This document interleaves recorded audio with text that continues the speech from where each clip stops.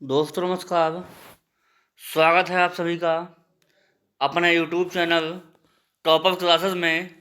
देखेंगे हम आज जो आगामी आपकी सीटेट दिसंबर 2024 प्रस्तावित है, उसमें जो पेपर सेकंड के ये सोशल साइंस जो पूछी जाएगी, उसके कुछ महत्वपूर्ण क्वेश्चन को मैं लेकर आया हूँ जो बेहद इम्पॉर्टेंट हैं। एक बार ज़रूर देखिएगा, कोई ना कोई क्वेश्चन आपको ज़रूर देखने को मिलेगा, ये वादा रहा हमारा। कंटेंट अच्छा है, अगर आपको अच्छा लगे तो प्लीज़ चैनल को लाइक करिएगा, सब्सक्राइब करिएगा, दोस्तों में शेयर करिएगा, ये बेहद ही इम्पॉर्टेंट रहेंगे। देखते हैं हम। पहला क्वेश्चन है, सप्तरथ मंदिर कहाँ अवस्थित है? तो पहला है महाबलीपुरम में है, दूसरा है कांचीपुरम में है, तीसरा है मदुरई में है और चौथा है पुरी में है। तो दोस्तों सप्तरथ मंदिर आप लोग बताइएगा कहाँ है। ऑप्शन नंबर इसका पहला सही जवाब हो जाएगा। महाबलीपुरम में जो है सप्तरथ मंदिर स्थित है। यह महाबलीपुरम कहाँ है तो आप लोग याद रखिएगा, तमिलनाडु राज्य में पड़ता है। ये भी सवाल पूछा गया है। तमिलनाडु राज्य में पड़ता है सप्तरथ मंदिर, कहाँ अवस्थित है तो महाबलीपुरम में, तमिलनाडु में है। समझ में दोस्तों आ गया होगा, इसका ऑप्शन नंबर पहला सही जवाब हो जाएगा। अगले क्वेश्चन पे दोस्तों चलते हैं। अगला क्वेश्चन है, स्वामी नारायण मंदिर या अक्षरधाम कहाँ अवस्थित है? पहला है द्वारिका में है, दूसरा है गांधीनगर में है, तीसरा है मथुरा में है, चौथा है पुरी में है।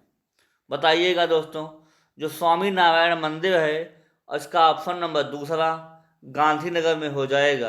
ये गांधीनगर कहाँ पड़ता है हम लोगों का? ये गुजरात राज्य में पड़ता है। समझ में आ गया होगा दोस्तों। अगले क्वेश्चन पे हम लोग चलते हैं। अगला क्वेश्चन है, ब्लैक पैगोडा के नाम से कौन सा मंदिर प्रसिद्ध है?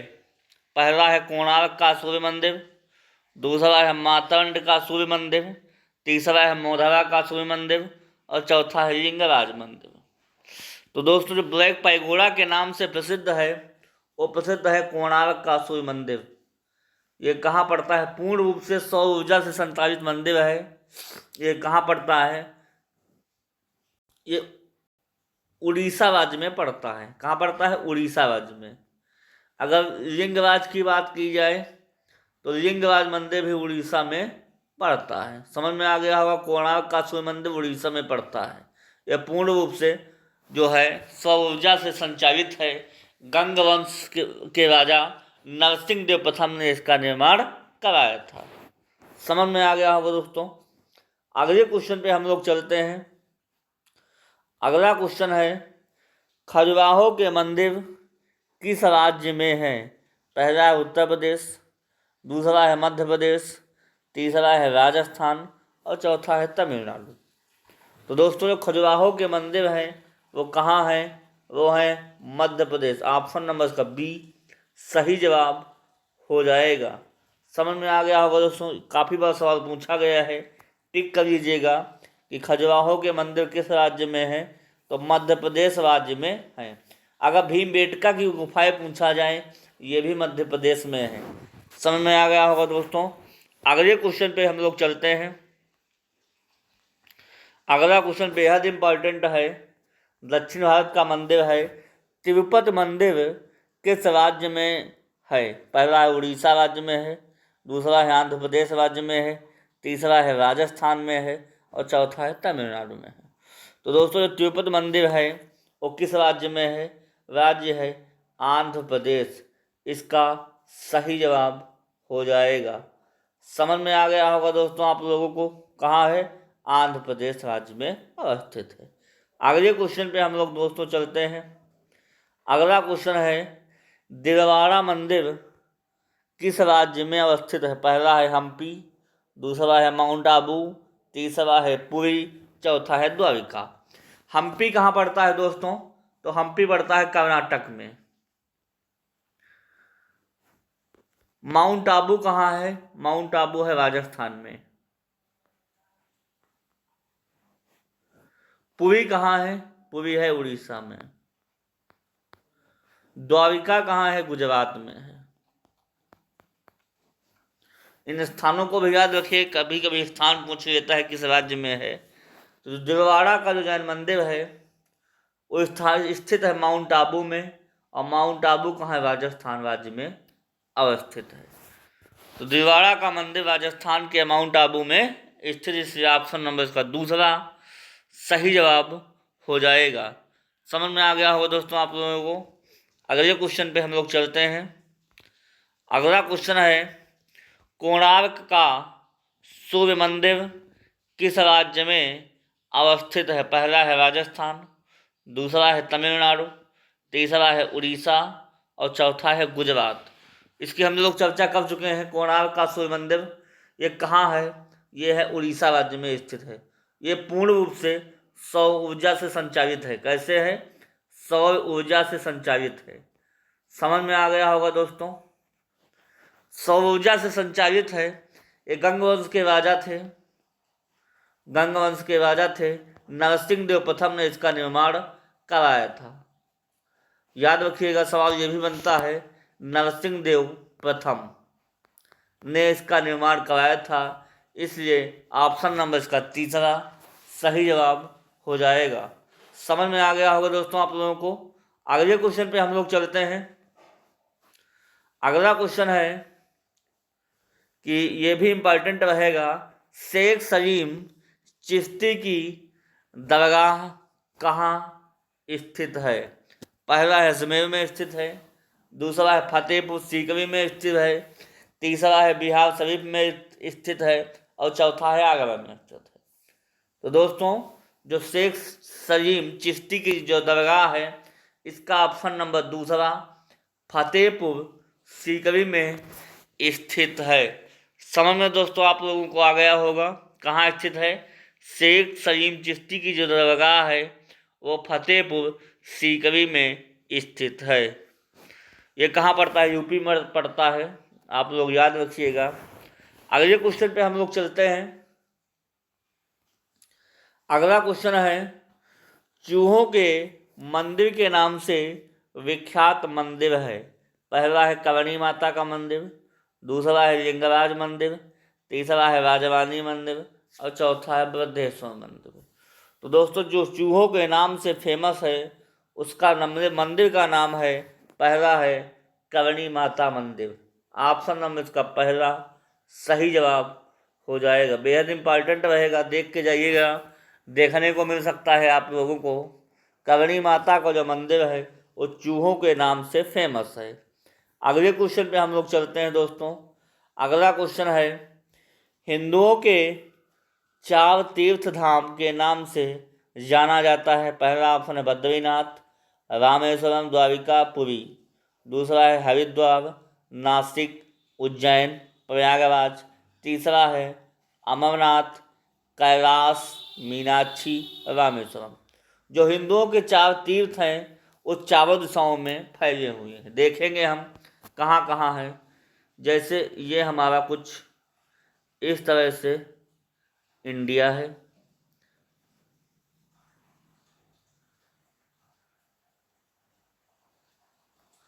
ठीक है। तो बद्रीनाथ पड़ता है उत्तराखंड राज्य में। जो बद्रीनाथ है वो उत्तराखंड राज्य में पड़ता है। पहला है उत्तर की दिशा में, दूसरा है रामेश्वरम, रामेश्वरम पड़ता है तमिलनाडु में, ये दिशा हो गई आपकी दक्षिण। तीसरी दिशा में पड़ता है द्वारिका, द्वारिका कहाँ है? गुजरात में स्थित है, तो गुजरात दिशा पश्चिम में है तो द्वारिका हो जाएगा। और चौथा जो हो जाएगा पुरी, ये पुरी पूर्व में है, उड़ीसा राज्य में स्थित है, तो यहाँ पे हो जाएगा पुरी। तो चारों दिशाओं में चारों धाम स्थित हैं हिंदू सनातन धर्म के। बद्रीनाथ उत्तराखंड राज्य में पड़ता है, रामेश्वरम तमिलनाडु में है, दक्षिण में पड़ेगा, द्वारिका गुजरात में है, पश्चिम में पड़ेगा, और पुरी उड़ीसा है, पूर्व में पड़ेगा। तो दोस्तों समझ में आ गया होगा, इसका ऑप्शन नंबर चौथा पहला सही जवाब हो जाएगा। समझ में आ गया होगा, बद्रीनाथ, रामेश्वरम, द्वारिका, पुरी। अगले क्वेश्चन पे दोस्तों हम लोग चलेंगे। अगला क्वेश्चन है, विंध्याचल और सतपुड़ा पहाड़ियों के मध्य कौन सी नदी बहती है? ये भी काफ़ी बार सवाल पूछा गया है, देखने को मिल सकता है आप लोगों को कहीं ना कहीं।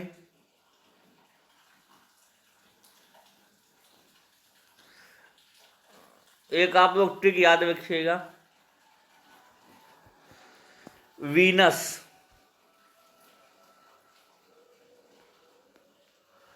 पहले है विंध्याचल की पहाड़ी और दूसरा है सतपुड़ा की पहाड़ी।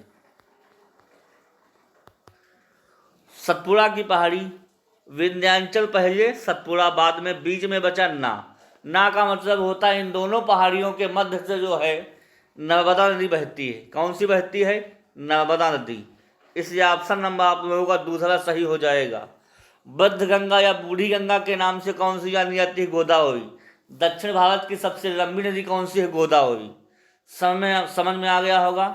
अगर तिब्बत के पठार से कौन सी नदी निकलती है? ब्रह्मपुत्र नदी निकलती है। अगर पूछा जाए कि ब्रह्मपुत्र नदी भारत में किस राज्य में प्रवेश करती है, तो अरुणाचल प्रदेश में, और किस दर्रे से होकर प्रवेश करती है, तो यंगयाब दर्रे से होकर प्रवेश करती है। तो समझ में आ गया होगा दोस्तों। वीनस याद रखिएगा, विंध्याचल है, सतपुड़ा के मध्य जो है नर्मदा नदी बहेगी। इस ऑप्शन नंबर इसका दूसरा सही जवाब हो जाएगा। समझ में आ गया होगा दोस्तों आप लोगों को। अगले क्वेश्चन पे हम लोग चलते हैं। अगला क्वेश्चन बेहद इंपॉर्टेंट रहेगा कि दो अक्षांशों के बीच की दूरी कितनी होती है?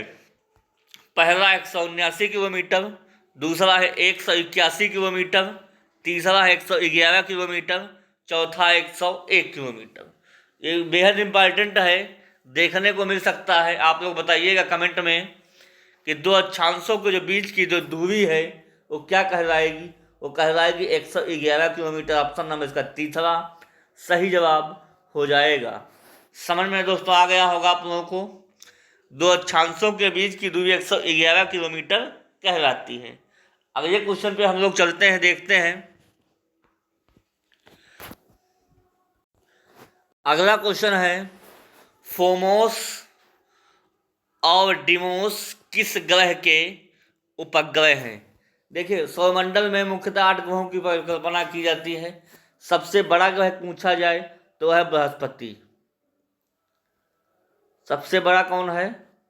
सबसे बड़ा है बृहस्पति। अगर सबसे छोटा की बात करेगा तो वो है बुध। क्या है? बुध। बुध है सबसे छोटा।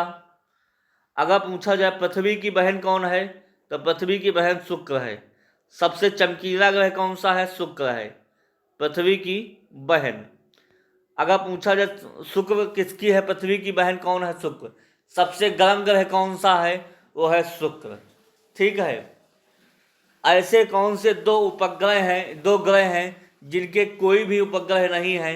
तो आप लोग याद रखिएगा, वो बुध और शुक्र हैं जिनके कोई भी उपग्रह नहीं है। बुध व शुक्र है जिनके कोई भी उपग्रह नहीं है। समझ में आ गया होगा दोस्तों। और वही बात, सबसे ज़्यादा उपग्रह किसके हैं? तो आप लोग याद रखिएगा, शनि ग्रह के सबसे ज़्यादा उपग्रह हैं। फोमोस और डिमोस किस ग्रह के उपग्रह हैं? तो आप लोग याद रखिएगा, मंगल ग्रह के। ऑप्शन नंबर इसका दूसरा सही जवाब हो जाएगा। समझ में आ गया होगा। सबसे बड़ा ग्रह बृहस्पति है, सबसे छोटा ग्रह बुध है, पृथ्वी की बहन शुक्र है, सबसे चमकीला ग्रह, सबसे गर्म ग्रह कौन सा है? शुक्र है। ऐसे कौन से दो ग्रह हैं जिनके कोई भी उपग्रह नहीं है? तो आप लोग याद रखिएगा, बुध व शुक्र हैं जिनके कोई उपग्रह नहीं है। किस ग्रह के सर्वाधिक उपग्रह हैं? तो सबसे ज़्यादा उपग्रह किसके हैं? शनि के हैं। किसके हैं? और बात आपके क्वेश्चन में कहा है कि फोमोस और डिमोस किस ग्रह के उपग्रह हैं? तो आप लोग याद रखिएगा, मंगल ग्रह के हैं फोमोस और डिमोस। अगले क्वेश्चन पे हम लोग चलेंगे। समझ में आ गया होगा। अगला क्वेश्चन है, बेहद इंपॉर्टेंट रहेगा, इस सेशन का अंतिम सवाल रहेगा। मौसम संबंधी घटनाएं किस मंडल में होती हैं? पहला है समताप मंडल, दूसरा है क्षोभ मंडल, तीसरा है मध्य मंडल, चौथा है आयन मंडल। अगर बात की जाए कि वायुमंडल में कितने प्रकार के मंडल पाए जाते हैं, तो आप लोग याद रखिएगा 5 प्रकार के हैं। पहला कौन सा होता है? क्षोभ मंडल। दूसरा है समताप मंडल। तीसरा है मध्य मंडल। चौथा है आयन मंडल और पांचवा है बह्यमंडल। क्षोभ मंडल, समताप मंडल, मध्य मंडल, आयन मंडल और बह्यमंडल। अगर पूछा जाए मौसम संबंधी घटनाएं किस मंडल में होती हैं, तो जो आपका सबसे नीचे वाला मंडल होता है क्षोभ मंडल, इसलिए इसमें मौसम संबंधी घटनाएं होती हैं। अगर पूछा जाए हवाई जहाज किस मंडल में उड़ते हैं, आपका हो जाएगा हवाई जहाज समताप मंडल में उड़ते हैं। अगर पूछा जाए ओजोन परत किस मंडल में पाई जाती है, तो ओजोन परत समताप मंडल में पाई जाती है। ओजोन दिवस कब मनाया जाता है? 16 सितंबर को ओजोन दिवस मनाया जाता है। अगर पूछा जाए ओजोन नापने की इकाई क्या है, तो डाप्सन इकाई होती है। पूछा जाए कि सूर्य से आने वाली पराबैंगनी किरणों को कौन अवशोषित कर लेती है, तो आप लोग याद रखिएगा पराबैंगनी किरणें अवशोषित कर लेती हैं। अगर पूछा जाए सबसे ठंडा मंडल कौन सा है, तो आप लोग याद रखिएगा मध्य मंडल सबसे ठंडा मंडल हो जाएगा। तो मौसम संबंधी घटनाएं किस मंडल में होती हैं, तो आपको जानकारी होना चाहिए कि क्षोभ मंडल में मौसम संबंधी घटनाएं होती हैं। काफ़ी बार सवाल देखने को मिला है परीक्षा में, इसलिए आपको ध्यान होना चाहिए। तो दोस्तों, ये कुछ इम्पॉर्टेंट प्रश्नों की श्रृंखला थी जो आपके सामने हमने प्रस्तुत किया। अगर मटेरियल अच्छा लगा हो तो प्लीज़ लाइक करिएगा, सब्सक्राइब करिएगा, दोस्तों में शेयर करिएगा, लगे रहिएगा जोश और उमंग के साथ, अपने माता पिता का सपना पूरा करिएगा और तैयारी को मजबूत करते रहिएगा। फिर अगली क्लास में मिलेंगे, तब तक के लिए धन्यवाद। Okay, thank you.